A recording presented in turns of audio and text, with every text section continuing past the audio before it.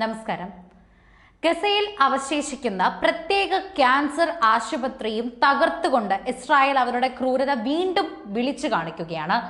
Turkish Palestinian friendship അതുപോലെ ഹോസ്പിറ്റലിലാണ് Israel സേന തകർത്തത്. ഇസ്രായേൽ നടപടിഹീനമായ കുറ്റകൃത്യമാണെന്ന് ഗസ ആരോഗ്യ മന്ത്രാലയം പ്രതികരിക്കുകയും ചെയ്തു. നെറ്റ്സരീഫ് ഇടനാഴിക്ക് സമീപമാണ് ക്യാൻസർ രോഗികൾക്കുള്ള ഏക പ്രത്യേക ആശുപത്രിയായ തുർക്കിഷ് ഫലസ്തീൻ ഫ്രണ്ട്ഷിപ്പ് ആശുപത്രി. ഇടനാഴി വികസിപ്പിക്കാനും കൂടുതൽ ബഫർ സോണുകൾ സൃഷ്ടിക്കാനുമുള്ള ഇസ്രായേൽ സൈന്യത്തിന്റെ ശ്രമത്തിന്റെ ഭാഗമായി തന്നെയാണ് ഈ റിപ്പോർട്ടുകൾ എന്ന് പറയുന്നു.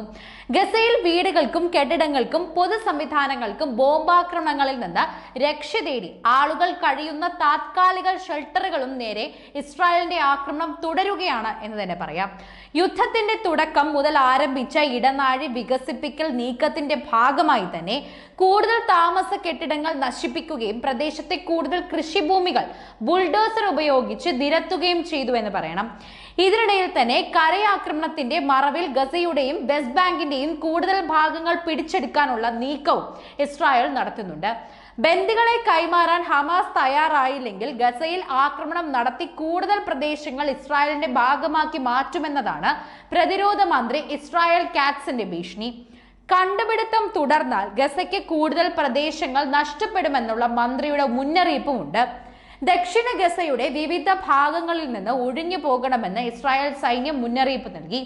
സലാഹുദ്ദീൻ, കരാമ, അലൗദ എന്നിവിടങ്ങളിൽ നിന്ന് ഒഴിഞ്ഞു പോകാനാണ് നിർദ്ദേശം. പ്രദേശങ്ങളിലേക്ക് കരയുദ്ധം വിപുലപ്പെടുത്താനാണ് ഇസ്രായേൽ നീക്കവും. എന്നാൽ ഗസയുടെയും വെസ്റ്റ് ബാങ്കിന്റെയും പ്രദേശങ്ങൾ ഇസ്രായേലിന്റെ ഭാഗമാക്കി മാറ്റാനുള്ള നീക്കം ചെറുക്കുമെന്ന് ഫ്രഞ്ച് വിദേശകാര്യ മന്ത്രി ജീൻ നോയൽ ബറോട്ട് പറഞ്ഞു. ഇതിനിടെ ദക്ഷിണ ഗസയിലെ ഹമാസ് സൈനിക വിഭാഗം ഇന്റലിജൻസ് മേധാവിയെ കൊലപ്പെടുത്തിയതായി തന്നെ ഇസ്രായേൽ അറിയിക്കുകയും ചെയ്തു.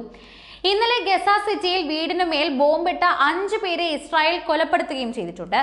തെക്കൻ ഗസയിൽ റഫയിലും മധ്യ ഗസയിലും നെറ്റ്സരീമിലും ഷെല്ലാക്രമണവും ദേർ അൽ ബലാഗിൽ വ്യോമാക്രമണവും ഉണ്ടായി. 2 മാസം നീണ്ടുനിന്ന വെടിനിർത്തൽ മുന്നറിയിപ്പില്ലാതെ അവസാനിപ്പിച്ച് ഇസ്രായേൽ പുനരാരംഭിച്ച കൂട്ടക്കെടുതിയിൽ കൊല്ലപ്പെട്ടവരിൽ 200-ലേറെ പേരും കുട്ടികളാണ്. 110 സ്ത്രീകളും കൊല്ലപ്പെട്ടുവെന്നും 4 ദിവസമായി തുടരുന്ന ഇസ്രായേൽ കൂട്ടക്കുരുതിയിൽ ഇതിനോടകം 600-ലേറെ പേരാണ് കൊല്ലപ്പെട്ടതെന്നും പറയാം. 110 പേരാണ് കഴിഞ്ഞ ദിവസത്തെ ഇസ്രായേൽ ആക്രമണങ്ങളിൽ മാത്രം കൊല്ലപ്പെട്ടത്.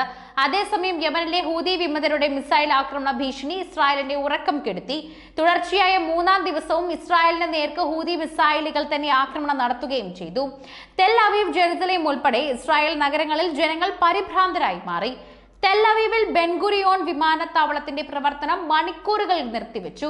ഹൂതികളെ നേരിടാൻ തന്നെ കാർ വിൽസൺ എന്ന മറ്റൊരു ദൂതകൽപ്പൽ കൂടി പശ്ചിമേഷ്യയിൽ അയക്കാർ US തന്നെ പ്രസിഡന്റ് ഡൊണാൾഡ് ട്രംപ് തീരുമാനിച്ചു. ഇതിനിടയിൽ ഇസ്രായേൽ ആഭ്യന്തര അന്വേഷണ വിഭാഗമായി ഷീൻ ബെത്ത് തലവനെ പുറത്താക്കിയ പ്രധാനമന്ത്രി നെതന്യാഹുവിന്റെ തീരുമാനം ഹൈക്കോടതി താൽക്കാലികമായി തടയുകയും ഇതിന് പിന്നാലെ നടന്ന സംഭവമാണ്.